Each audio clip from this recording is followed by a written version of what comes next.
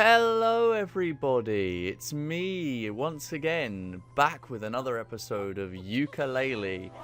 Post-commentary once again, as I said last episode, every episode up to 20 is going to be post-commentary. So, we're now in Glitterglaze Glacier, which is the second world, and holy shit is that a mouthful. Try and say that 5 times fast. Glitterglaze Glacier, Glitterglaze Glacier, Glitterglaze Glacier, fuck. Wow, okay, I actually thought I could do that. I was trying to make a joke, but no, I actually can't say it 5 times fast.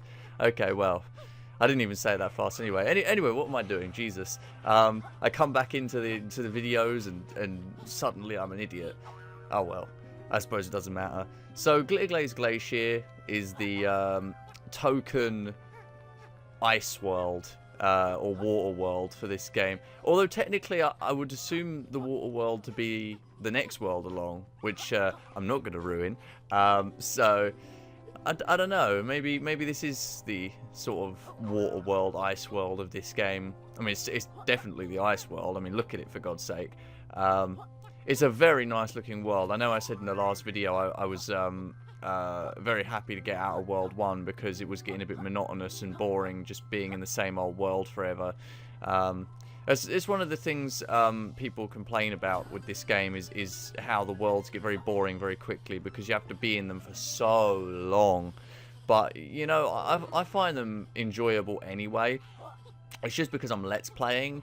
If I wasn't Let's Playing, I'd be taking my time and really enjoying the game more. But, you know, I'm trying to sort of establish this weird sort of vibe with my commentary now, where it's more of a sort of retrospect than an actual, like, proper live commentary of a game, you know. I want my commentary to really reflect how I feel about the game as a whole, you know, from when I actually, you know, first played it to now, playing it as second time through. I think this is my second time through, isn't it? Or is this my third time? I don't even know. I think this is my second time playthrough. Maybe it's my third time. I don't know if I played the second time. It's been that many months. So, there's a lot to do in every world, but I feel like, you know, they do make it fun enough to hunt around for all the little things that you can do.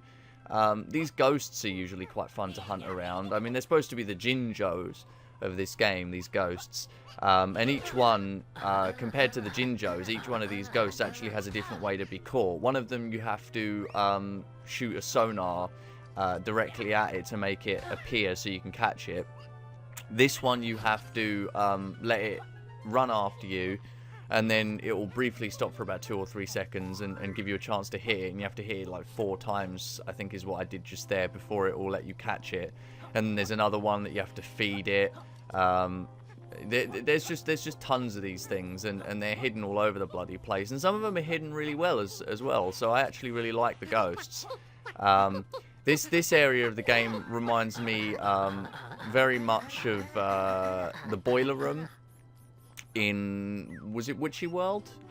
No, what is it? What was it called? A Glitter Gulch Mine. Do you remember the boiler? No, is it not the boiler room?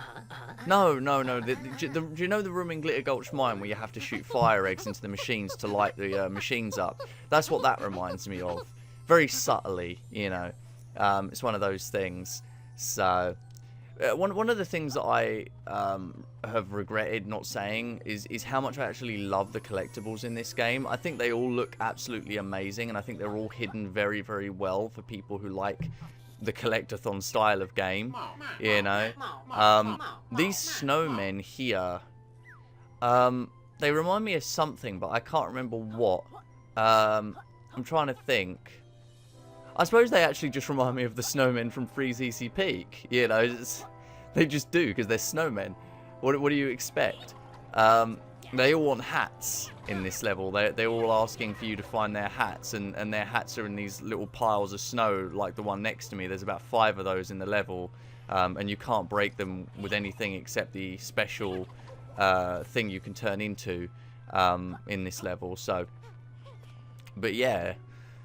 Going back to the collectibles thing, though, I do love the look of the collectibles in this game. It's a little bit disappointing how spread out they are. You know, Banjo-Kazooie and Tooie had more of a sort of a system to how collectibles were placed. You know, they'd always be in an area where, you know, it would be sort of obvious, you know, but of course some areas were quite out of the way, so you'd have to go out of your way to find these areas, but you'd sort of always eventually come to these areas and therefore get the music notes, you know what I mean, even in the most hidden places. In this game, some of the quills are hidden in such random corners, it's really ridiculous sometimes trying to hunt them down. Especially, like, you know, when you get to the end of the level and you've found like 185 quills and you've got to collect the other 15, which are sort of sitting around somewhere randomly. I mean, there are some levels where they're just in random rooms. There'll just be 3 quills, you know, and there'll be, you know, maybe 30 rooms that you can walk into in the entire level, different doors that lead to other doors and stuff like that. And you've got to go around the whole level looking all over again for those last few quills. Which is really annoying to me, but, you know, I can respect it, I guess, because when you've got a large game like this, you can't just pile all the quills into one place, you've got to hide them around. So, I think it can be fun, in a way, but considering there's a lot of places in the levels that you might not be able to get to at first, because you need other moves, to get to them, it gets really annoying later, because you'll spend, like, 2 hours, you know, getting to a point where you can come back to that place to get those quills that you missed out on, but you'll probably have forgotten by then that there was even a quill there or quills there for you to collect. So you'll just sort of go in there, wander around, and the quills will just be sitting sort of just under a platform or something, and you'll just miss them, you know, because you'll have forgotten they were even there. I don't even know who this character is supposed to be. Reminds me of Mumbo for the most part. I didn't mention yesterday, right, when I did the video yesterday, that there was a weird phenomenon that occurred in London yesterday, or over the entire UK actually, because of Hurricane Ophelia, which hit Ireland in the morning. It seemed to drag some dust and sand from the Sahara over Europe and created this weird effect on the sun. The sky was like completely yellow all day, and the sun looked red, reddish pink. I actually have pictures. I might just pop one up. I don't know. I'll have to remember to edit that in very quickly before I render this. It's always an issue now with these videos. I was thinking again today as well about what I said yesterday when I did yesterday's video with the content that I want to do, because Yooka-Laylee is a fun game, you know, but it's not as fun as I imagine playing something like A Hat in Time would be, or actually playing Breath of the Wild would be. If I actually like stopped focusing on Yooka-Laylee and put all of my focus into Breath of the Wild, I could actually make some really great Breath of the Wild videos, because there's a lot of fun to be had in that game. And I haven't got very far into hard mode. And there's always opportunities for fun in that game, always opportunities for random moments and laughs, and I just, you know, this game, there isn't really much opportunity for that. It's just another collectathon. Not that that's a bad thing to me, obviously, but, you know, it could be much better. So I feel like one of the things I wanted to mention yesterday that I didn't was actually that I might be stopping at episode 20 for a while. In fact, I probably will. Stop at episode 20 for a while. I mean, I'm not, like I said yesterday, I wasn't, I'm not a popular YouTuber. I don't need to keep some sort of, you know, schedule. So I'm probably going to stop with episode 20 until January maybe, and put focus into making at least 2 or 3 more Breath of the Wild videos before the year's out. And maybe a Pi Day as well, because I can't focus on all of it at once. And while I'm still waiting to upgrade my computer. There was an issue before with the RAM chips. I've been just waiting to get better pieces for my computer, and it's happening. It's happening. Within the next 2 weeks, I should have more RAM, which should allow me to actually record my commentary live again without my computer being a complete bitch and cutting bits of commentary out. Everybody knows about that problem, because I've mentioned it a million times. So I'll talk a little bit more about Freeze Easy Peak, about Glitterglaze Glacier here, while we're on it. I'll take my hoodie off here so I can cool off a little. I get very hot very quickly recording these videos because my room heats up very quickly. Take a little drink. So, Glitterglaze Glacier is a very much enclosed environment compared to some of the other levels. I mean, especially like the third level. The third level is just like all over the place. There's just tons of little island areas to go to, and you know, you got to remember where everything is. This level is like pretty enclosed. There's like the beginning area, which is inside the caves over there, and then there's this outside area. Where it gets difficult is once you get inside the castle. Now here's that ghost I mentioned earlier that you have to feed, one of those types of ghosts. Yeah, I tried to do that glitch trick here. I did that in the last episode and completely avoided talking about it. But that thing where you press start and over again, that used to be how you could glitch through walls and things. I think they've patched it now. I'll probably stop trying to do it from now on because I think it's been patched. I don't think you can do it anymore. But you used to be able to like glitch through the ice and through the KGs to get the pages and stuff. So yeah, I could have speedrunned the game if I'd actually let's played it back when it came out, but well, I mean, I tried to, didn't I? The first couple episodes of this entire game, I'd uploaded in like the first couple days of its release. It's been like 6 months now, and we've only just left World 1. Although I suppose that's just how this year has been for me, very slow.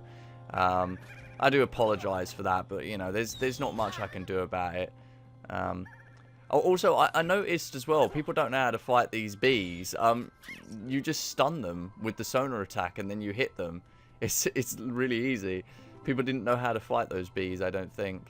So, oh man, I do love this world though. Look at it. Just look how pretty it looks. You know, it's one of the worlds that was advertised before the game was released, and I was so in love with the style because ice worlds in general, they get pretty samey after a while because, you know, it's all just icy mountains and caves and stuff like that. And this game is no different, but I just like the way that they've gone with the whole sort of fortress sort of castle deal. You know, I mean, it's called Glitterglaze Glacier, but you know, there's an entire section, like half of the world is inside the castle. That's over behind my character right now. I'm not really looking at it at the moment, but yeah, there's like a castle that you go inside of, and the other half of the world is pretty much in that castle. I did another transition here, I think, or maybe I didn't actually. I think I wanted to cut that fall out, but I realised that there was something worse later that I needed to cut out. That was like 1.5 minutes long, so there's a lot of that needs to be done in these episodes up to number 20. Just cutting out like really terrible wandering around bits, because nobody wants to watch me wander around and aimlessly for 10 minutes. I'm already post commentating. You don't need that bullshit on top of it. When I go back to live commentary on this game, and I do want to go back to live commentary for the later parts of the game, I'd like to hope that by then I've sort of gotten my mojo back in regards to the kind of stuff that I want to talk about while playing. Because usually that's my biggest problem with commentary. I don't know what to talk about, but I feel like this is allowing me to actually kind of think about the topics that I actually do like to discuss, and that get my brain, my noggin jogging, as they say. Here you are then, take your reward and clear off, useless sculptors. That's what I think of when I hear his voice. I think of that. Enough talk, clear off. There you go. One of those Jason Statham type voices. I'm Jason Statham. I've been in tons of movies. I've got really British London voice here. You know, one of those. Oh God. Sometimes being British is a curse, and sometimes it's a gift. Oh man, I don't know. I've spent so much time over in this place now doing that sculpting thing. I don't know why I spent so much time over it. It shouldn't have taken that long. Maybe it's because I fell off. I don't know. But, yeah, I do like this world, though. It's really, really nice. And there's you know, all the worlds are really nice in this game. You know, they all have something unique about them. You know, I mean, I don't want to talk about the later worlds too much, I guess. I mean, I did say a minute ago I don't want to talk about them at all, but I think I'll talk about them because the game's been out 6 months. I'm probably the only person let's playing it at this point. But the next world after this is a swamp world, right? Much like Bubble Gloop Swamp, called Moody Maze Marsh or something. I think is what it's called, if I remember the name right. And it's just made up of a ton of little islands, but there's like so much charm to it. Like every level, because there's only 5 worlds in the game, every world really takes so much advantage of the environment it's set in. So the first world, Tribal Stack Tropics, you know, it's all tropical. There's sort of little forests and rivers and big old mountains and stuff. It's really nice. And then Glitterglaze Glacier is all icy. It's caves, it's mountains, it's alcoves. You know, it's just ice, just tons and tons of ice and cold shit, snowmen. You know, and then the third level, Moody Maze Marsh. It's really sort of grim, and you know, when we get there, you know, you'll get to see it, but it's really grim. And sort of feels really like nasty and you know, makes you feel dirty just looking at it, you know. Nasty swamp water, and it just feels like that. So and then the world after that, Capital Casino. I actually like Capital Casino compared to a lot of people. I mean, we'll get to it later at some point, but you know, Capital Casino, really the biggest problem with that world is I think probably just the fact that you know, it's kind of hard sometimes to figure out how you're supposed to complete some of the machines. So because in that world you have to, kind of like Jolly Roger's Lagoon, where you buy jiggies with the Cheeto, no, not the Cheeto pages, with the doubloons. You have to collect these casino tokens by completing like puzzles, like actual roulette machines and stuff. Those are the puzzles in the world. There are other various things to do as well besides the roulette puzzles and stuff. You know, wandering around the level is actually really fun because you get to wander across roulette tables and stuff. So we'll get to that later on though. We're still in Glitterglaze Glacier at the moment. So the last world, now that one I'll actually leave talking about until way later because that world is just magical. But you know what? I need to talk about this gal, Vendy. Now, something I didn't mention at all, I think I briefly touched on it, was that I have all of the vending potions unlocked. And the reason for that is actually just really simple. It's because I've already beat the game 100% on another file on the same account. If you beat the game 100% on another account and you unlock all the tonics on one file, it's unlocked for every file. So that's how I have all the tonics on this playthrough. I probably shouldn't be using any of them. You know, I was using Foolproof for the longest time. I probably shouldn't have been using that at all, but, you know, I did. What's really weird about this, though, right, is that this is the file that I started back when this game came out in April. This is the exact same file. I started a whole other file to play the game through and 100% it, you know, before I came back to carry on the Let's Play. So it's really weird that this account, which originally had all the tonics unlocked, now has them all unlocked, having gone back in, having done 100% on another file. It just feels really strange to me that that's the case, but I don't know, it's just one of those weird things, I guess. The swimming in this game, I still think the swimming in this game is great. I remember mentioning back when the toy box came out that I really like the swimming mechanics. The swimming mechanics in this game are probably the best swimming mechanics I've ever seen in a game. It gives you so much control over where you can go. And once you get the move where you can, like, bubble underwater, I know that's a bit of a spoiler, but oh well, people have played this game already anyway. But once you get the move where you can bubble underwater and like, move around underwater as if you're on land, that really just opens up tons of possibilities for how to move around in the water in levels. But I just, in general, the sort of basic controls for water are really nice. Being able to control your Y-axis and your X-axis with completely different controls, it's just wonderful. I mean, it's one button to make you go up, one button to make you swim down, and then to make you go forward is just the analog stick.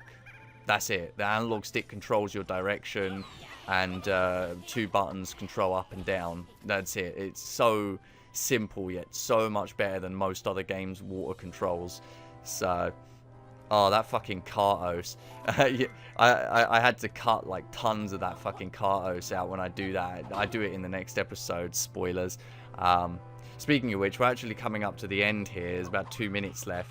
I'm gonna pretty much say here that I think I will stop at episode 20, because I do actually want to do a couple more things of Breath of the Wild, and there are a couple other things that I want to do as well before the year ends.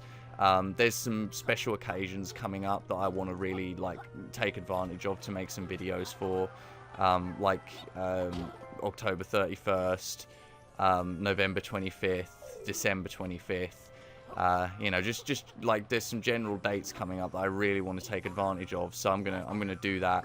But until then, I'm gonna say thank you very much for watching this video, yet another Yooka-Laylee video.